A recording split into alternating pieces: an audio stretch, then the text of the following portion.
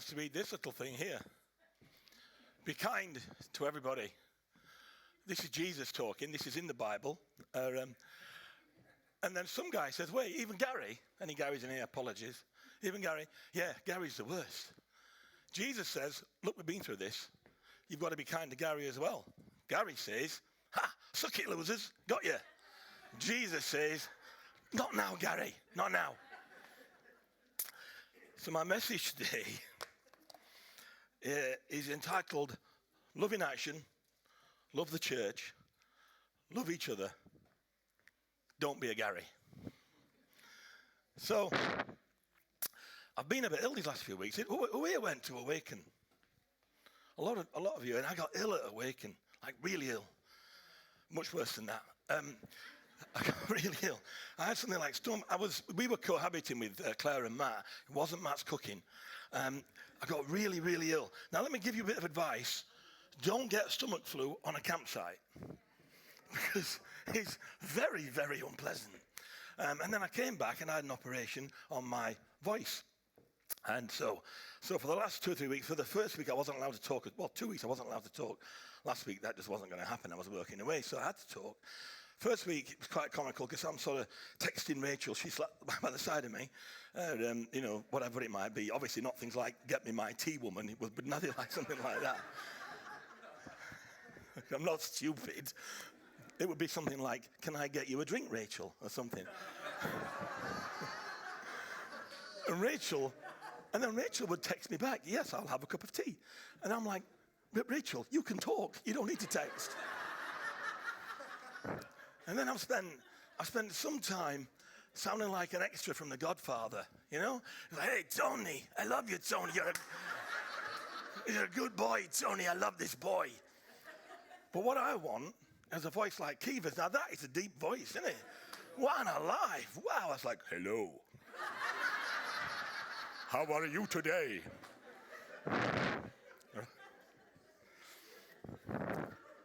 So what do we do with 1 John?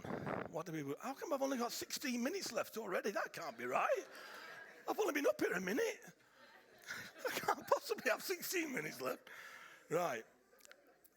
Love in action, love the church, love each other. Now, 1 John has got a theme running through it. Start with a question. What's the biggest impact on you? Is it what people say to you, or is it what people do around you, or how they make you feel? So, I reckon, in my world, I remember how someone made me feel a lot longer than what they said to me. A lot longer. These things, sorry about that. I just remember it that way, you know?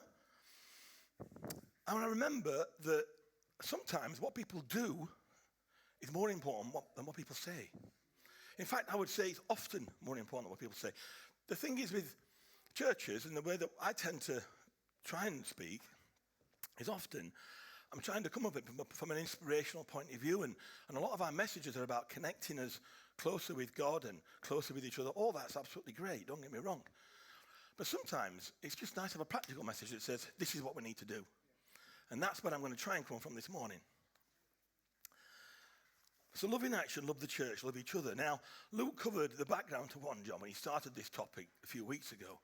But I'm just going to quickly cover a couple of things just to remind you what he said. Now, there's not absolute clarity as to who wrote 1 John. It's not completely clear. But the general agreement and tradition, it was written by John the Apostle late in the 1st century. But the emphasis, so if that was the case, that was an eyewitness to Jesus. So you don't get better. You don't get better than an eyewitness. And then but what is clear is what the emphasis of the book is about. And the theme of the book is about dealing with those that would draw believers away from the truth. That's very heavy, and particularly in the 1st chapter. And perhaps that had happened in a church, and it was false teachers maybe, faction, dispute, discord. And then 1 John goes on to talk in sort of a style of a sermon. And it's designed to help strengthen people's faith in Jesus. Because, of course, John, being an eyewitness, could say, look, I was there. I saw this. This really happened. Jesus was the Son of God, but he came down, he became a human being, and then died a horrendous, embarrassing, humiliating, difficult death. But this is why he did it. Then he continued these sections focusing on God as light and the need to walk in that light. And the command of loving, to walk like children of a God of love. Not a God of, well, I mean, we have got a God of justice, but this is a God of love that 1 John is talking about. Humanity in Christ, showing love to each other. And that's a message that follows right the way through. The belief that Jesus is the Son of God, that we can have love and fellowship with Jesus Christ, and we should have love and fellowship with each other. So that's sort of like the general theme. So Luke started with covering the need for living in the light. Leah then spoke about being intimate with Jesus. You know, connecting with Jesus, connecting with the source. And then last week, Jill couldn't make it, but Luke spoke. To be honest with you, Mr. Trigg, Jill is really good. But last week, Jill, flipping heck, what is up? Come on. You know what? If I say Jill again and I mean Luke, it doesn't really matter, does it? It's been called worse than that.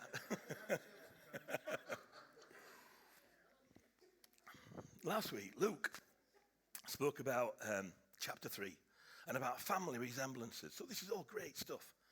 And all of them brought practical ways forward out of their messages. Of course they did.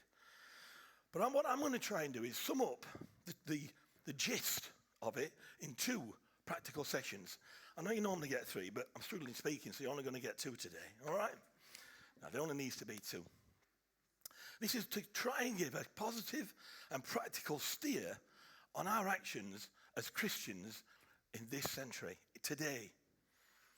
So, part 1, love in action, love the church, is part 1. So what's the church? Now, we know the church is a body of people, don't we? All right? We know that that's what it is. It's not this building. But in actual fact, you've got to remember that we, as Grace Church, are actually part of the Christian church, which is enormous. What, 2.5 billion people or something. I'm not quite sure what the current statistics are. I've not had a chance to count them. But it's about 2.5 billion people, something like that. It's like a third of the population of the earth or something. We're the biggest gang in the world. And we're part of that gang. So a practical level is this.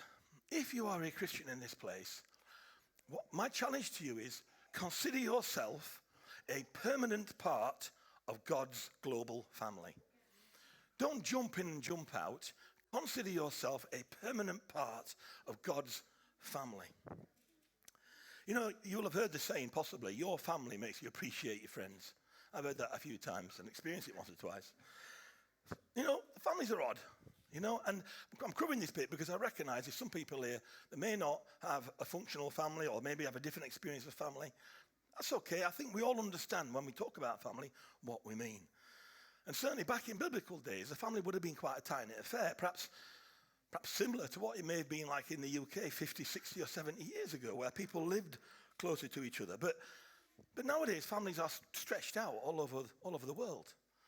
You know, you can have a family that can be 2,000 miles away. And in this room, there are people from all over the world and all over the UK. And that's sort of the nature of the world that we live in today. And of course, you can have a family that live next door to you and you don't talk to them. And you can have a family that lives 2,000 miles away and you talk to them every day. So the distance doesn't play the same part that it would have done once. The fact of the matter is, what makes families work is the people in the family.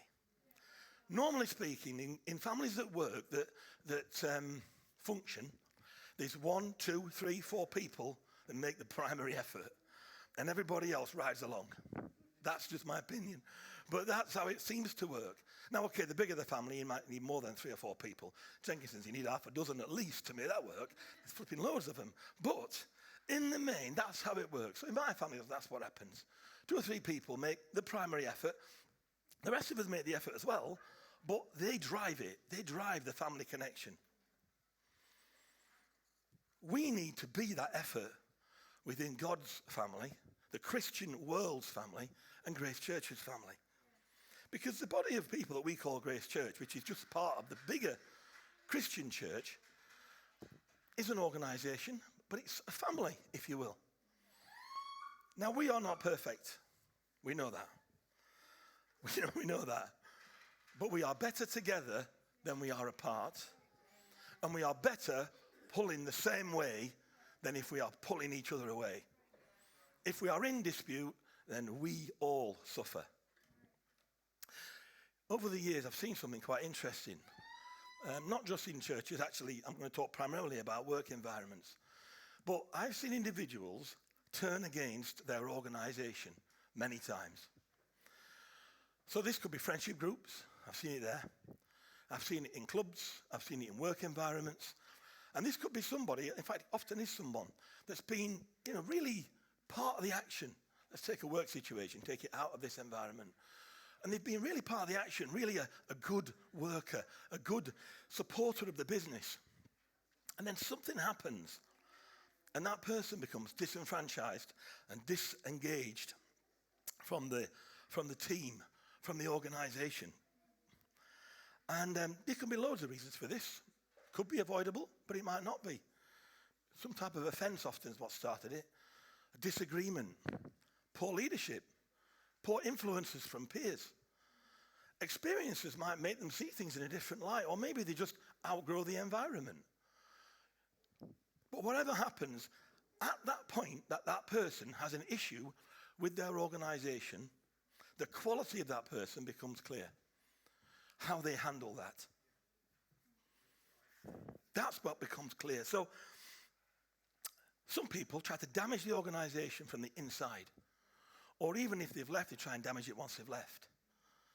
Matthew 12:25, Jesus said this: every kingdom divided against itself is brought to desolation.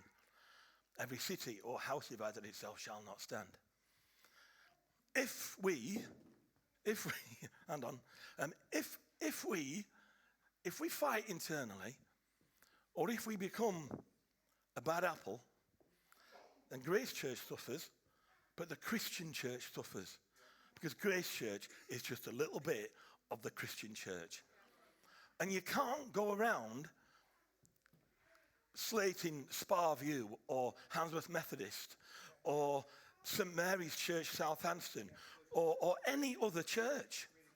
You just can't do that, because you are inflicting pain upon the wider church and upon yourself and the people around you. So this is where the quality of the person. Now, if it is that somebody feels that they can't be part of whatever church anymore, it does happen. Or it may even be that they move away physically or something. Stuff happens. We're not blind to that. But we must protect the church. And by that, I'm not being blindly protecting. If you come across sin, if you come across a problem in a church, then you need to bring it to the leaders of that church, which in this church is me and Leah and Luke and Andy, and these extended leaders beyond there. And you know what? If we're not listening, take it somewhere else, to somebody outside church, and we'll tell you who to take it to. We are accountable people, but we're not perfect. But the fact of the matter is, what happens is sometimes that offense grows. And then what people want to do is they want to take other people on their negative journey. I don't know why they do that. I honestly don't.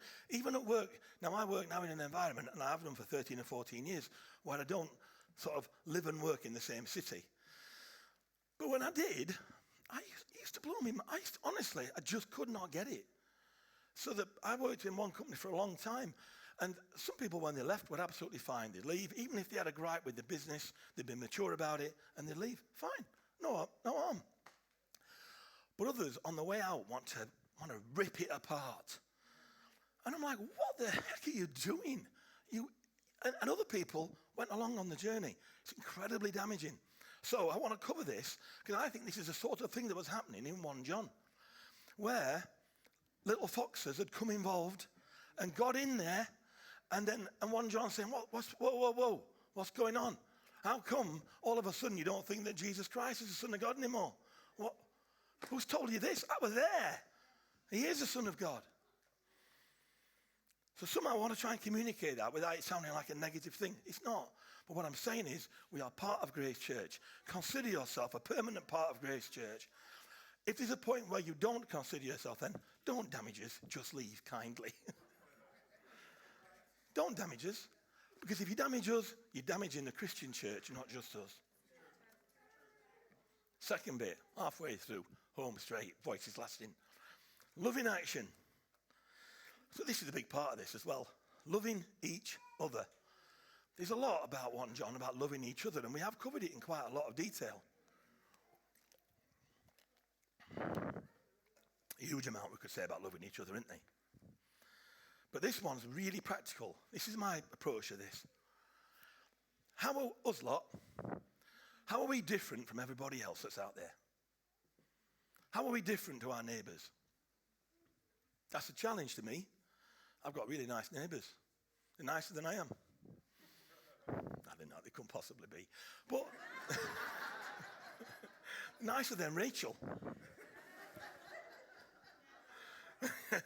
Very good. You know what? We preach a message of grace, and rightly so, because what we are, what we act, does not change God's love for us. Nothing does. So we can be the best people in the world, and God can love us as much as the worst person in the world. The thief on the cross could have been a thief, a rapist, a murderer. He'd have said, forgive me, and that was it. So don't get me wrong. What I'm about to say does not mean you've got to be a good boy, otherwise the baby Jesus is going to get you. That is not what I am saying. But what I am saying is, if we love Jesus, then we will behave in a certain way. That is what I am saying. I am not saying that God won't love us unless we behave in a certain way.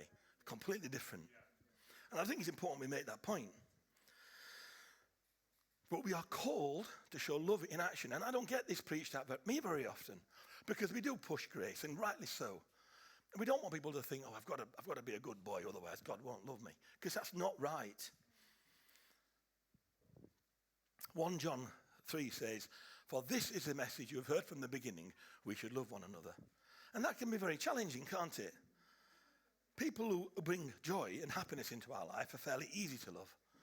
But then sometimes you get Garys. You know? There are some Garys around, and they're very hard to love. And people are messy. I'm messy. I've got stuff that's not good about me. I know I have. And respectfully, so have you. We all have, because we're just human beings, and we are messy people. But we're called to love each other despite the mess. And 1 John 3:16-18 says this. This is how we know what love is. Jesus Christ laid down his life for us, and we ought to lay down our lives for our brothers and sisters. I'm not going to preach that this morning, don't worry. But you get the drift. That's quite strong words. But then it says this.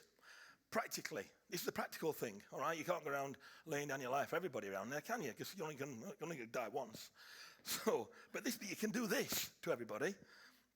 If everybody has material possessions and sees a brother or sister in need, but has no pity on them, how can the love of God be in that person? Dear children, now listen to this, right?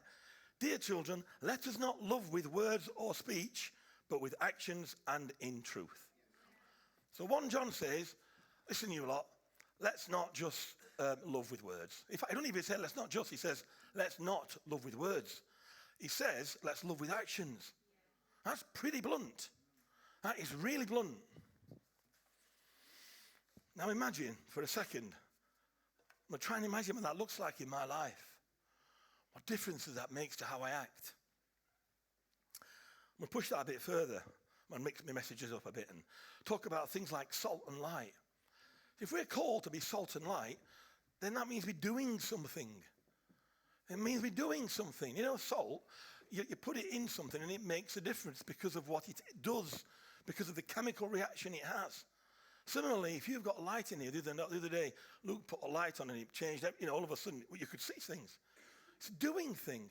We are called to be salt and light. We've heard over the years messages about small acts of kindness, and I'm going to enter a bit into that zone now, because practically part of this is small acts of kindness.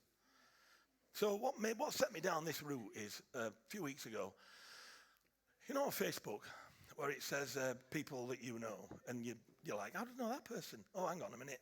They're like, friends with one person that I knew 17 years ago that I went to school. I didn't go to school 17 years ago. I would that I did. But you know how he does that. So this chap came up on my Facebook page called Sean Riches. Now, I've only met Sean Riches twice. I don't know him, really. And I don't know how he crops up on my Facebook page, because the last time I saw him was probably about 15 years ago. And as far as I can see, we've no common friends. So I don't know. You know what? It's just magic in it. I don't get it. So it's beyond me. But Sean Riches popped up. Now, I don't know Sean Riches. I'm pretty sure he's not a Christian. He wasn't when I had those two occasions to be with him. But he did something good for me 18, 17 years ago that I still remember. Weird that it happened. So we're at this friend's birthday party. It's a 40th. And Sean, who's some type of ex-DJ guy, has brought all his gear out, his turntables and his decks and his amplifiers and all that stuff. And he's got all this pressure on him to create this atmosphere at this friend of ours' house. It's only a small house, but I'm talking to him and we're all a bit cramped. Anyway, I knocked my drink into his amp. And so it went like, and like everything stopped. And it was like, this is where I just want to die, you know? I just want the floor to swallow me up and kill me, because I could not have done a worse thing. And I mean, it was early in the night. It wasn't that I was drunk or anything like that. I'd done nothing. I had done something stupid. I'd thrown a drink into his amp. But I hadn't been like an idiot, you know? The way that he handled it was really interesting. He was really, really kind. Really kind. I remember it 17 years on. And he may not be a kind person, or he might be a lovely bloke. I really don't know him. But 17 years on, I remember it, and he crops up on, Sean Riches. I damaged his amp. And the thing is, he said to me, it's just stuff, Terence. And in actual fact, they made some music out of nothing, really, like a radio or something. It just ruined the night. But anyway, the point is it didn't ruin the night. We had a great time. The point is, he was kind to me. I remember him being kind to me. I don't remember really what he said. I just remember he put me at ease because I had done something stupid. He didn't make me feel any more stupid. Now, that's a very small example. I could give you lots of examples like that, and I'm sure you lot can as well. Let me tell you, when you've done stuff like that to other people, people remember it. Even if you forget it. There's a reasonable chance Sean Riches hasn't remembered any of this. There's a reasonable, he can't remember maybe. But I remember, because it affected me. And this is how we need to live. We need to live in an intentional way that gives back. Intentionally giving back all the time. Small acts of kindness matter. They really do. So I'm going to come back to this message of, does it matter what we do? So in Matthew, Jesus... So this is Matthew 25. Jesus talks about the sheep and the goats. It's not a message we hear very often, this. So, paraphrase, what this is, right? He's saying, when the Son of Man comes, when I come back in my glory, they're going to put the sheep on one side, the goats on the other. So, the goodies and the baddies, basically. And he's going to say, right, to the goodies, blessed are you. You're going to come into your inheritance because I was hungry and you gave me something to eat. I was thirsty and you gave me something to drink. I was a stranger and you invited me in. I needed clothes and you clothed me. I was sick and you looked after me. I was in prison and you came to visit me. And the righteous, he calls them, I've just called them the goodies that brought you up today. The righteous will answer, Lord, when did we do this? When did we see you hungry? When did we feed you? When did we go and visit you in prison? When did we give you some clothes? And Jesus replies, truly I tell you, whatever you did for one of the least of my brothers or sisters, you did it for me. And then he turns to the goats and he says the opposite. Whenever you didn't do it, you didn't do it to me. And the difference then in this scripture between the sheep and the goats is not what they said, it's what they did. It's what they did and didn't do. That was the difference. That's what set them apart. Not what they said, but what they did. So we are called, uncomfortable truth though it might be, we are called not just to speak God's word, but to do God's word. To be salt that savors. To be the people that don't turn against the organization. To be the voice of reason when everybody else is not being the voice of reason. We're called to love God, serve God, be godly in a difficult world.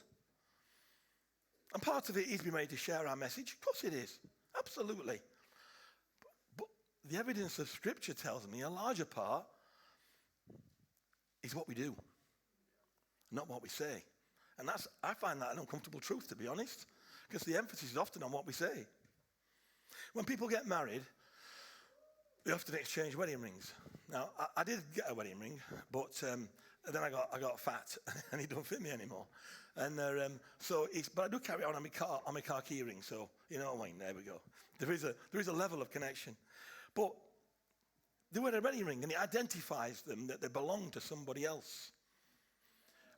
Can people spot that we belong to God? Can people spot us as Christians? And often, even if people don't wear wedding rings, you can tell. If a couple's together, sometimes you can tell, or these two, even if you're not really talking to him, or these two are together, you can just tell, can't you?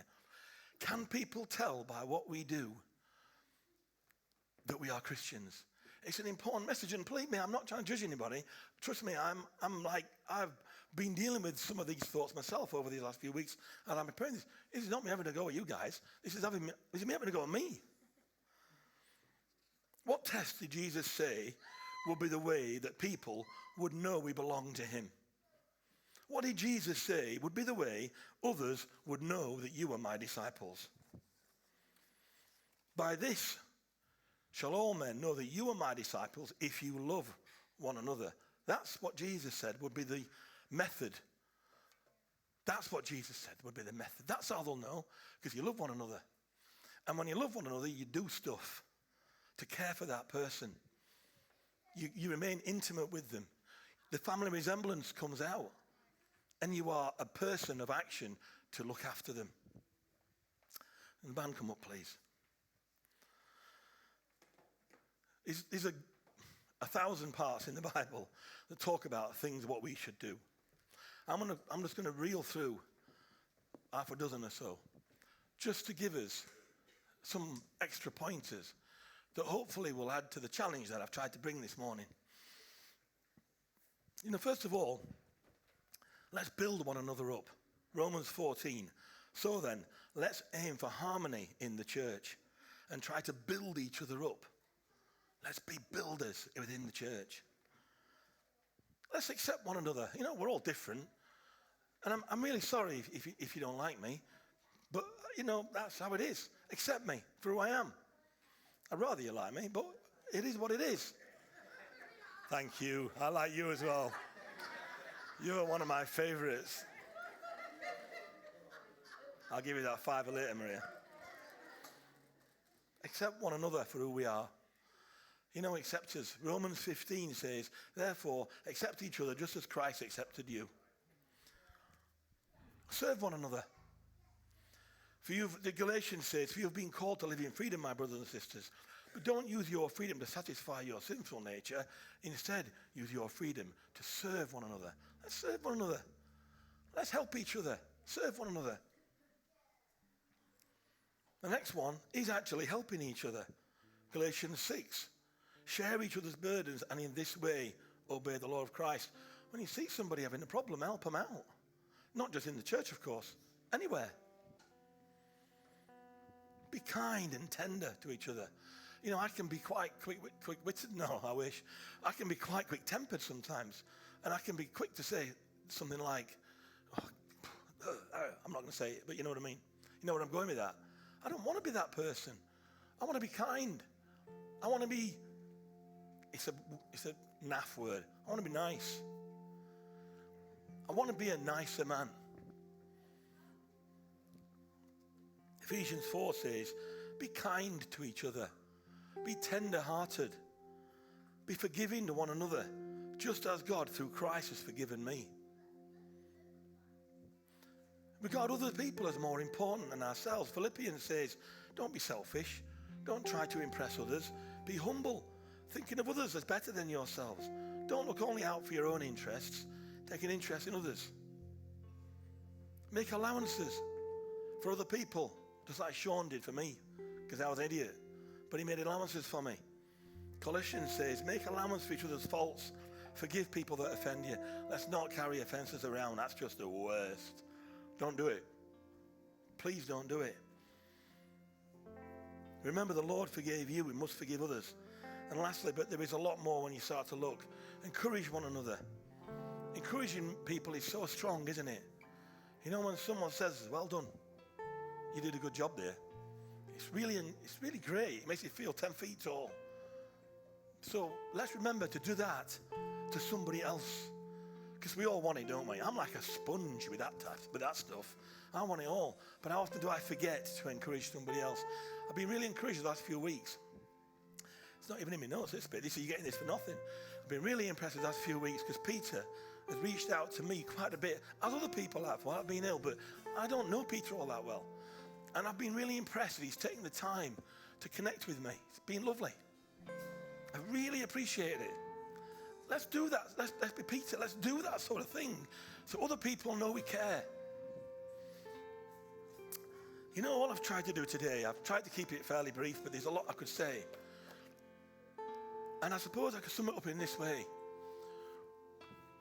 We know that God is a God of grace, and we know that is the core of what we believe. But let's make sure that what's in our heads and in our hearts is transmitted to what's in our feet and our mouth and what we do. And let's be salt. Let's be different. And let's make an impact. Thank you.